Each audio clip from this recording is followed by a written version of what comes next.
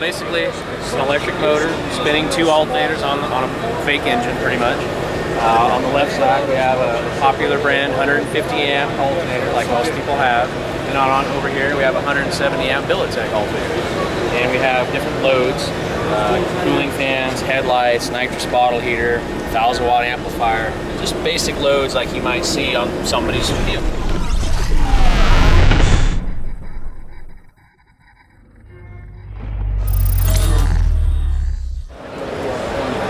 Here at Sema 2013 with Billet alternators.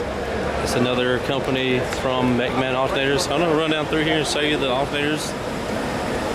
A little bit of detail. Yep. Oh, here's a white one. For the 64 through 85 GM. 64 through 85 GM machine polish.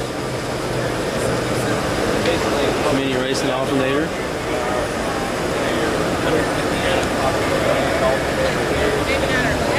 2005 through 2013 Corvette. This is the 64 through 85 GM chrome plated.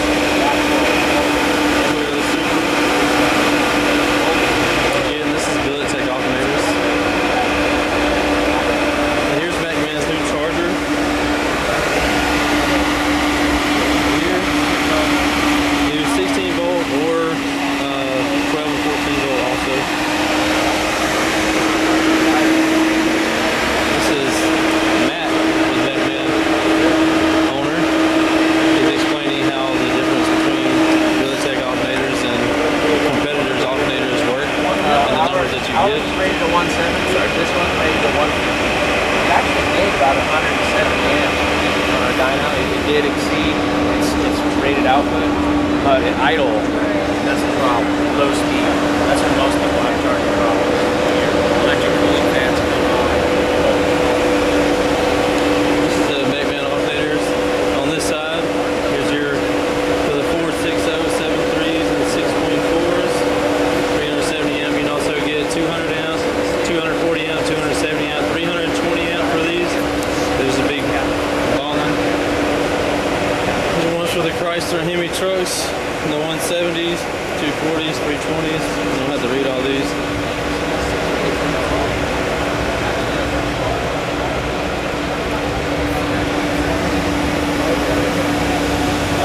One like in my Tahoe right here, 96, 2004.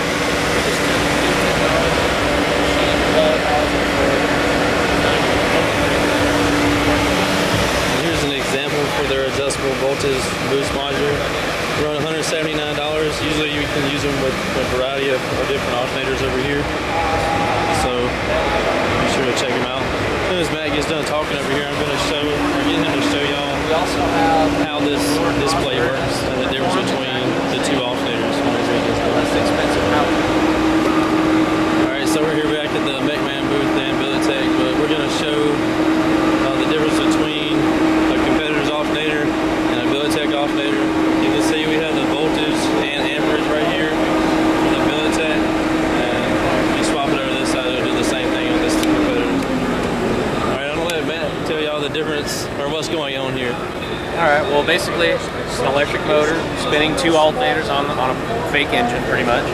On the left side, we have a popular brand 150 amp alternator, like most people have. And on over here, we have a 170 amp Billet alternator. And we have different loads. Cooling fans, headlights, nitrous bottle heater, 1000 watt amplifier, just basic loads like you might see on somebody's vehicle.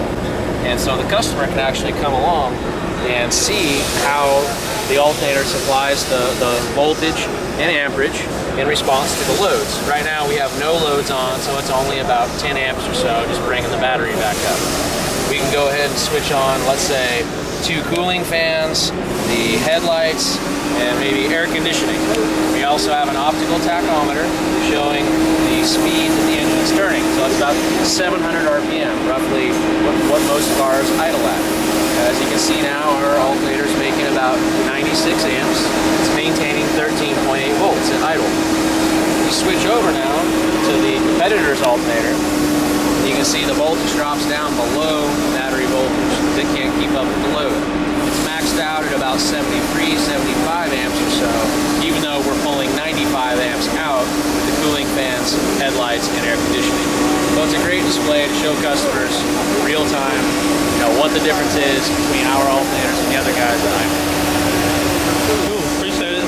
So yeah, swapping back and forth between the two gives you a good idea on how everything's running. Then swap back to the Billet. Just play around with it for a while. Try a 1,000 watt amplifier maybe on it this time. It's a pretty big load. I think it's about 80 amp load or so. You're still hanging about 13.6. Maybe add a electric water pump, let's say, get a little more out of it even. Still maintaining 13.6 volts. Amperes came up to 122 amps. Switch over here, you can hear the fans bog down, the headlights get dim. You're not going to be able to do that for too long before you're needing a jump start. Well, cool. I appreciate the demonstration. As y'all can see the difference between the two alternators. No problem. Thanks for stopping by.